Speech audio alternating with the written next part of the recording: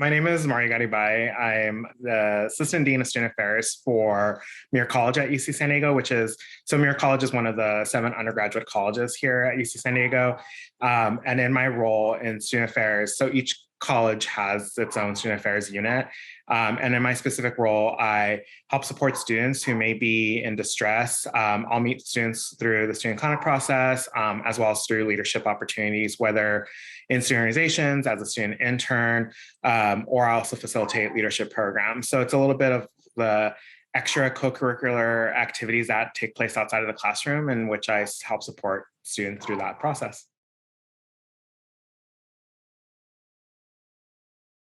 So in terms of my childhood, I grew up in La Puente, California, which is a small suburb outside of in Los Angeles County. I would describe it most as like a working class, middle class type of environment. In terms of the population, predominantly Latinx, in terms of the community there. Yeah, and so that's a little bit about the place I grew up in. In terms of my family structure, so my dad worked at a steel factory there there near La Puente, and then my mom went back to school as well as went back to work when I was a kid. And so she started off as like an instructional aide for kindergarten, and then continued being a kindergarten teacher later on. And so in terms of my childhood, so also into additional context, I have 3 older siblings who are a little bit older than I am, so 13, 12, 11 years older than I am. And because of the combination of my mom going back to school, plus my siblings being older and like thinking about college and stuff, college and education has always kind of been embedded in terms of my upbringing and my childhood. I remember even like as a little kid, so since my mom was teaching a class, like I would also pretend like I had a class of students as well. And so the combination of us would like be teaching classes and share stories about our rosters and how our students are doing. And so I always and I never thought I would be a teacher or anything like that, but it was always like in the back of my head, the education was just always like a given. And so because it was a working class, middle class, obviously it did take a lot of resiliency and a lot of work to get to, thinking about like college and, being able to go on to higher education.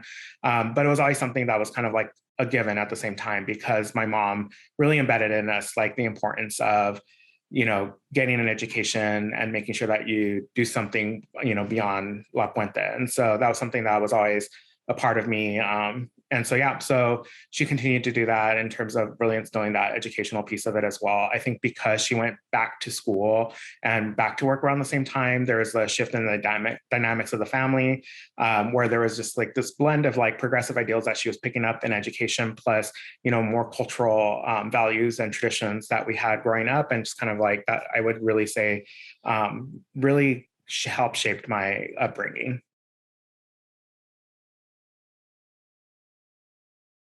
It was sort of implied that I would go on to college, just based on like my mom really stressing that growing up. And, in college, they started having, or excuse me, in high school, they started talking to us about what our college expectations are and, thinking about different schools.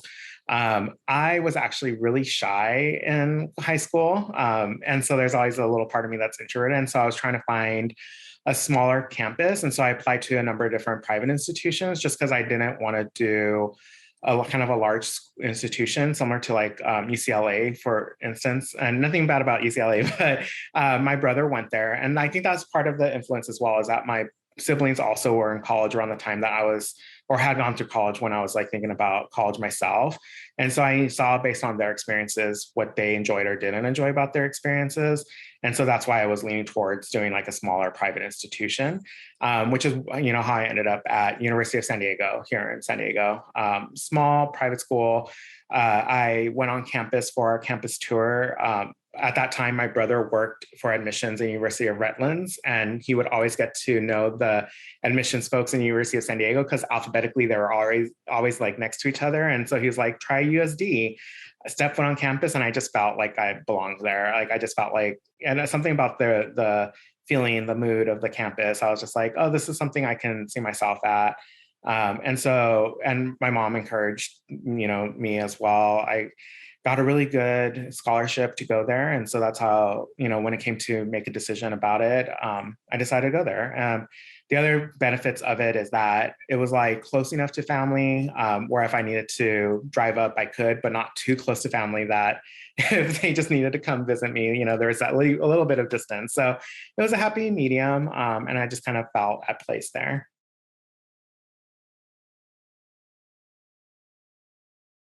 In terms of me starting at University of San Diego, although I had a really good experience just visiting the campus, I had a challenging experience because University of San Diego is predominantly white, pretty affluent university.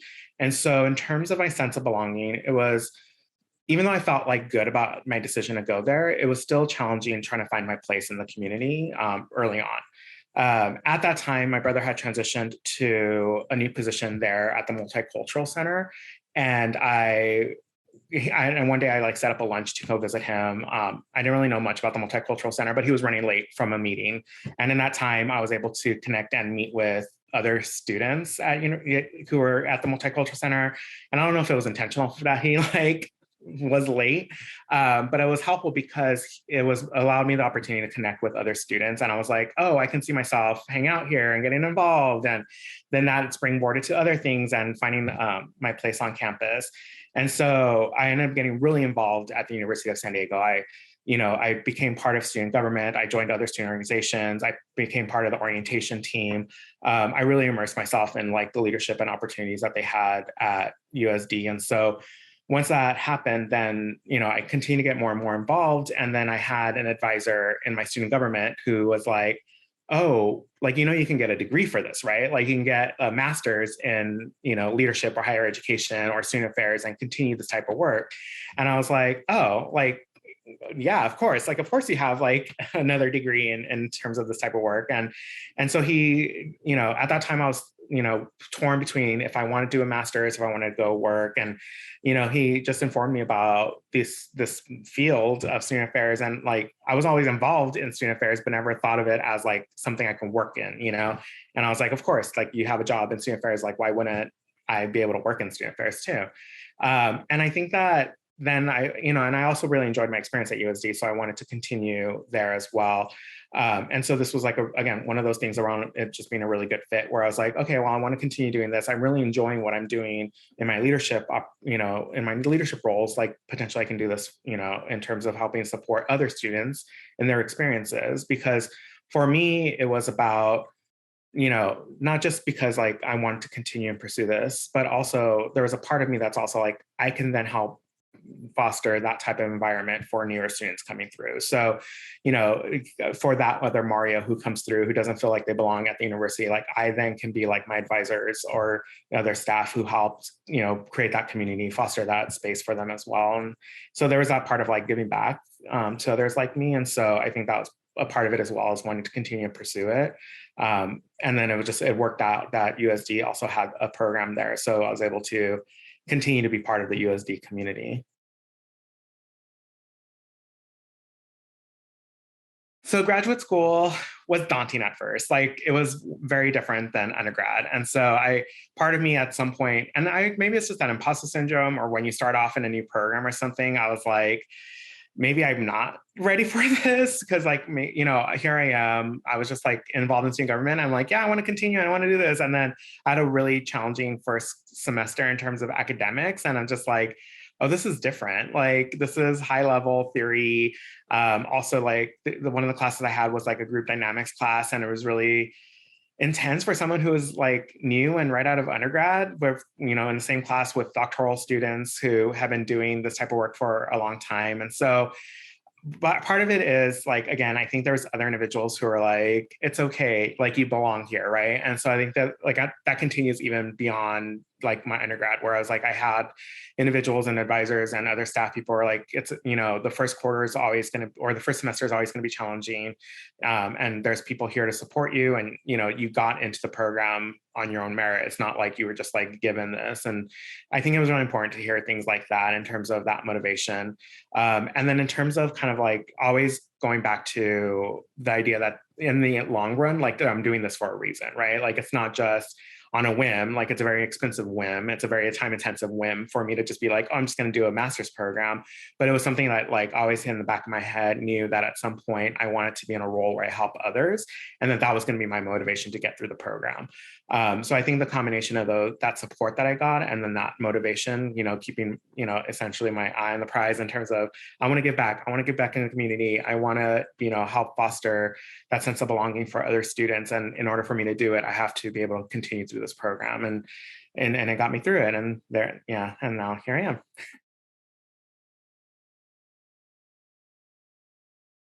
Around the same time, my mom had just, I don't know, she had completed another certificate program. She had completed her master's program at some point.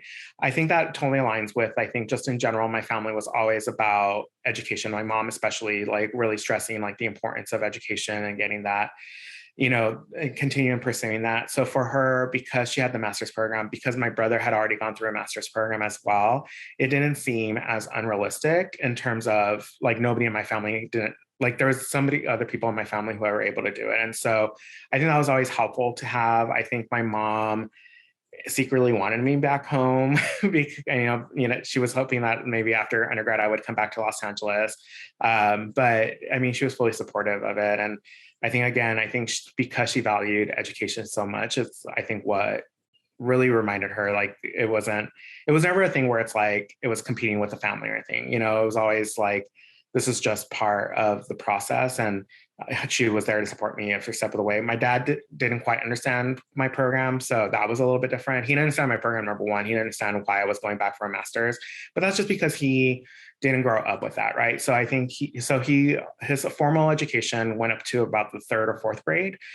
So that's all he really knew. And I think he tried to do high school here when he immigrated to the United States, but it wasn't the same. And it wasn't something that like was aligned with what he wanted to do. So he ended up just working and dropping out of high school when he came here to the US.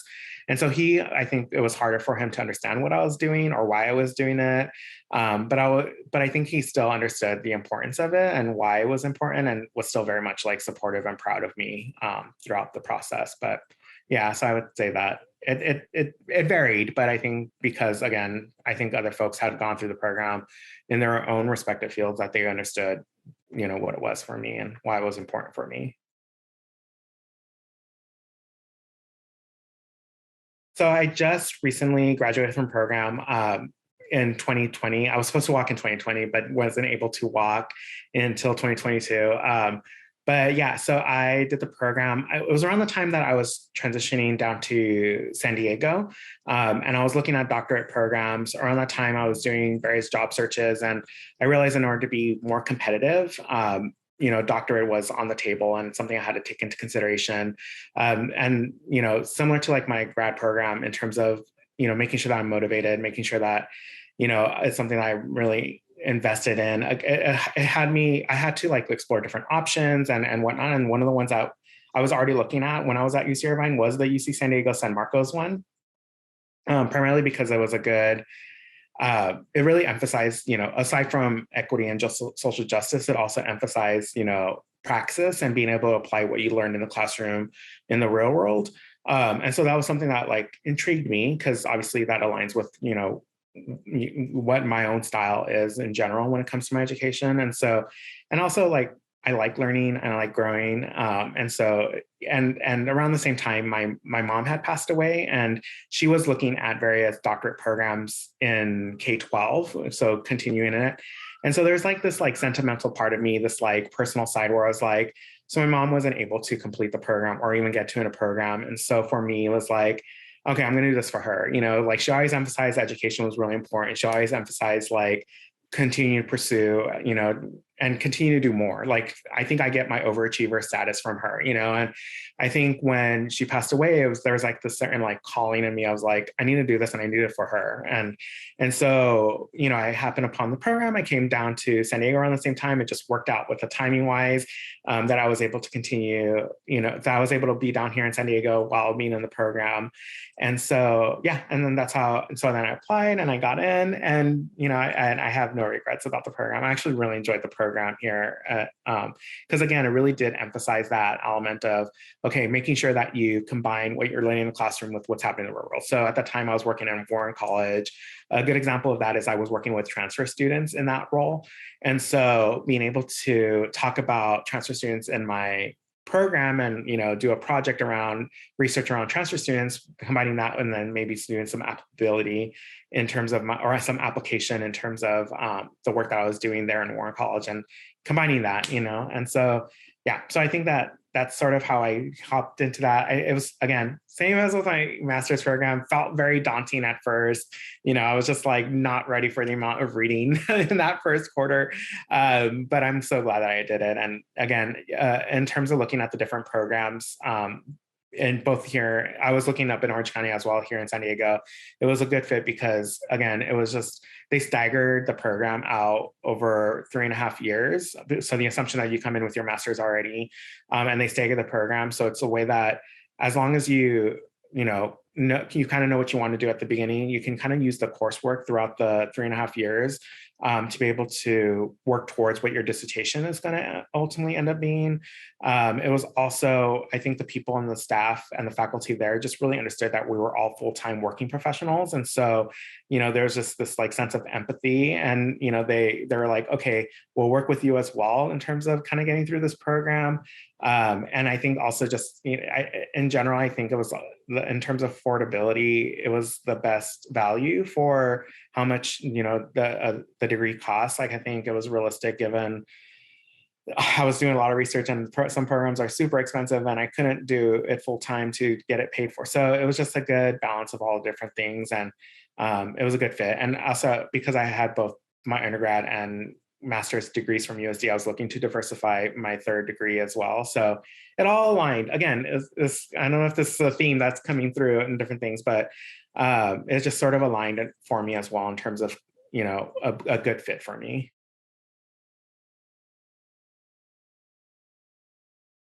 So after that, I decided I wanted to try something different. And so I went to work for a few years in Colorado. I did residential life and housing out there. And so I worked a few years out there, really enjoyed the experience, realized that I am meant to be back in California. So I came right back, and then I continued working in higher ed and student affairs and res life, specifically here at Loyola Marymount in Los Angeles. After a few years, or excuse me, after a year and some change at Loyola Marymount, I decided to transition to student conduct. And so I worked a few years at UC Irvine in the office of student conduct there. And around that time, I met who would be my wife when I was in Loyola Marymount, and continued to date her through UC Irvine. And so we individually both wanted to come back to San Diego. Her family's down here. I fell in love with San Diego when I went here as an undergrad. And so we individually wanted to make our transition back to San Diego.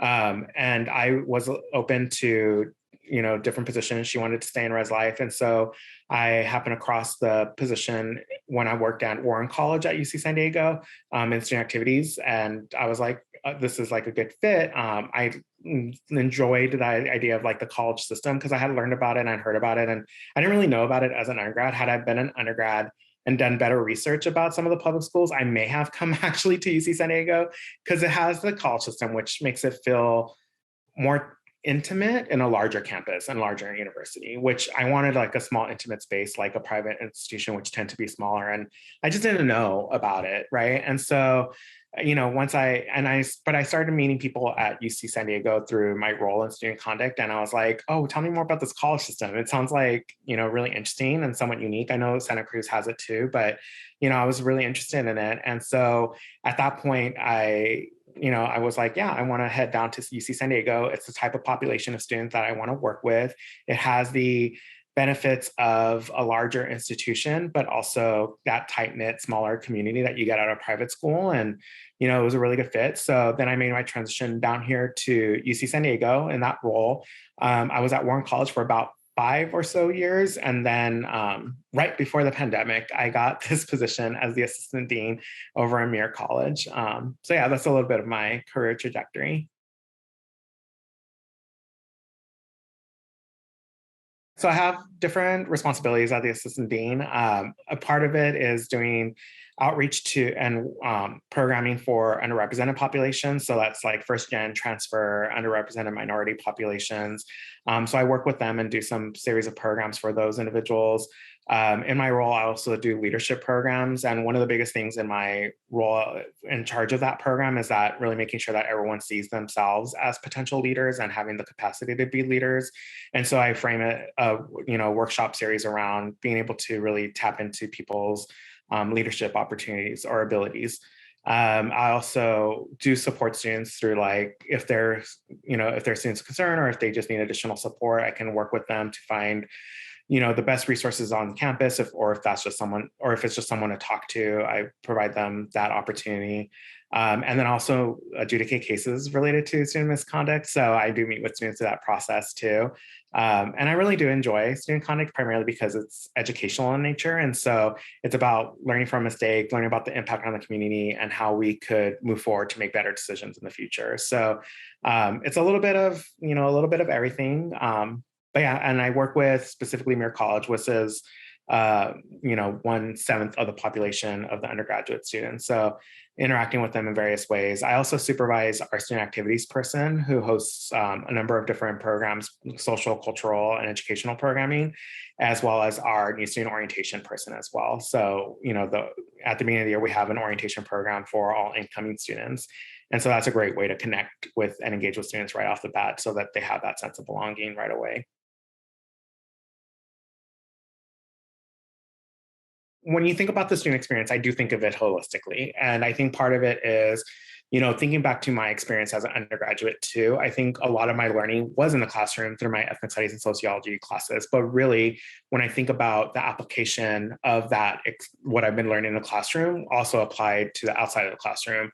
And then also most of my learning, I think, came out of that. Like I went from this really shy, timid person when I was my first year to someone who's a little bit more outgoing, who's a little bit more interpersonal and connecting with other people. And I think it's because I had these opportunities outside of the classroom as well. I learned more about myself as what it meant to be a Latinx person. Because growing up around other Latinx folks, it's sort of implied and you don't really explore your identity. But when I was taken away from my neighborhood in terms of going to college, really exploring my own personal identities as someone who's Latinx, but also someone who's man, and what does it mean to be straight, and what all those different types of things.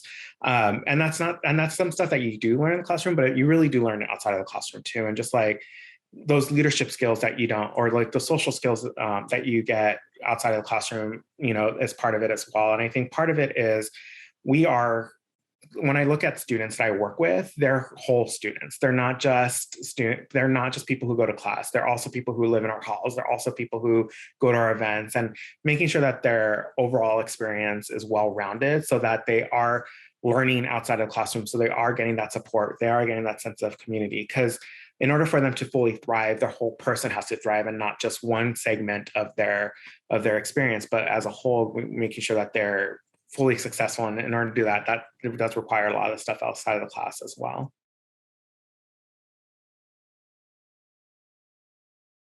My kind of the stuff that I'm working on is really that serving component of it, of an HSI. I think oftentimes when folks think of an HSI, it's just about getting our numbers of Latinx identified folks up.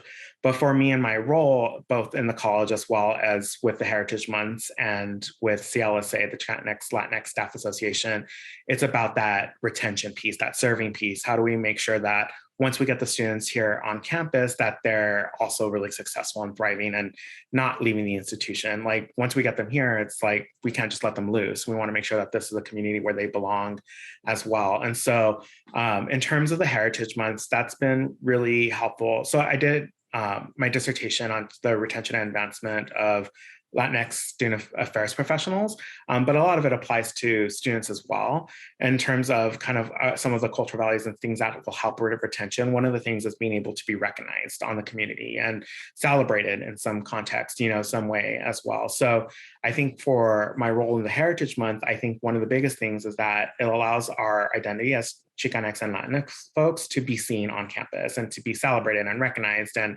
validated. So I think that's part of that experience through the Heritage Month stuff.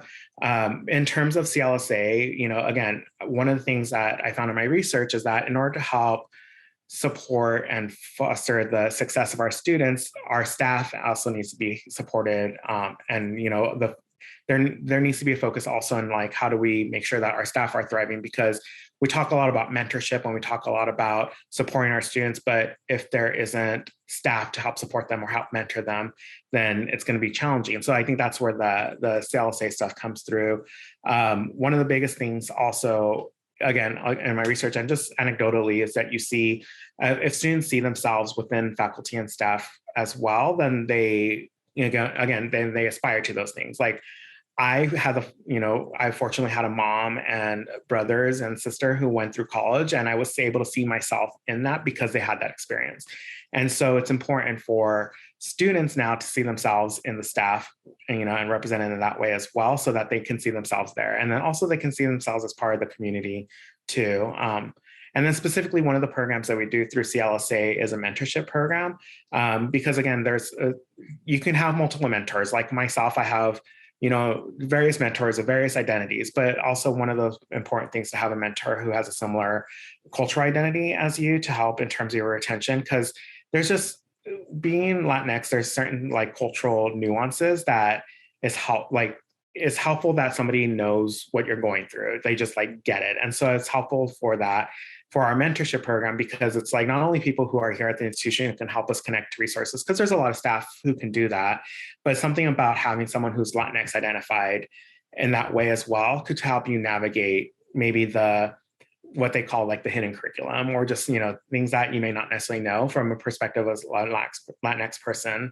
And so I think that's part of it as well, as being able to mentor and pair undergraduate students with, Latinx identified staff as well, to create that partnership, that mentorship, and help students navigate UC San Diego. I think two of the values here in Muir College and at UC San Diego in general are EDI or JEDI. So, social justice, equity, diversity, inclusion is like an important value, as well as student-centeredness.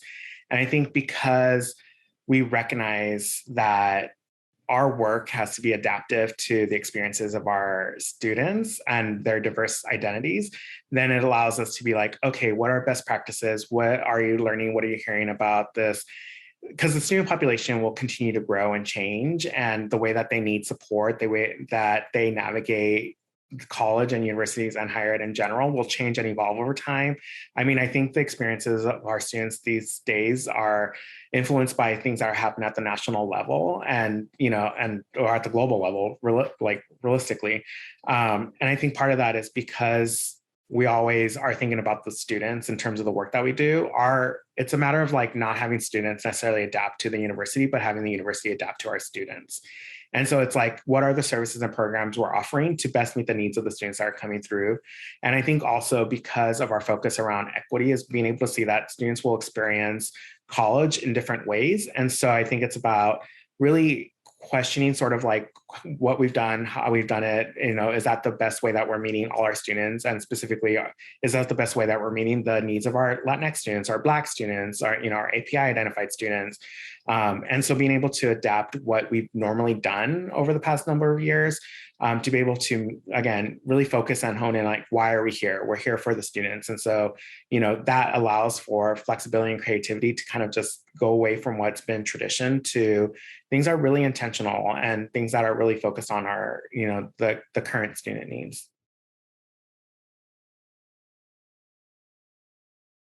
In terms of the impact that I really want students to walk away with is that they all walk away with a sense of home, whatever that means for them, and that, they know that they belong and that I think, yes, I would love to host really great programs. I would love to really like redesign all the policies and procedures on campus so it's student-centered. But at the end of the day, all this will matter more if that one student who felt like they were going to transfer out of our institution decided to stay, and I think really providing that community, really finding that sense of belonging is important for me to provide to students. So even if they don't come to any of my programs, as long as they feel like UC San Diego is their home, like that's my hope at the end of the day. So I don't know if I'm going to be able to measure that impact, but my hope is that people feel like this is their home.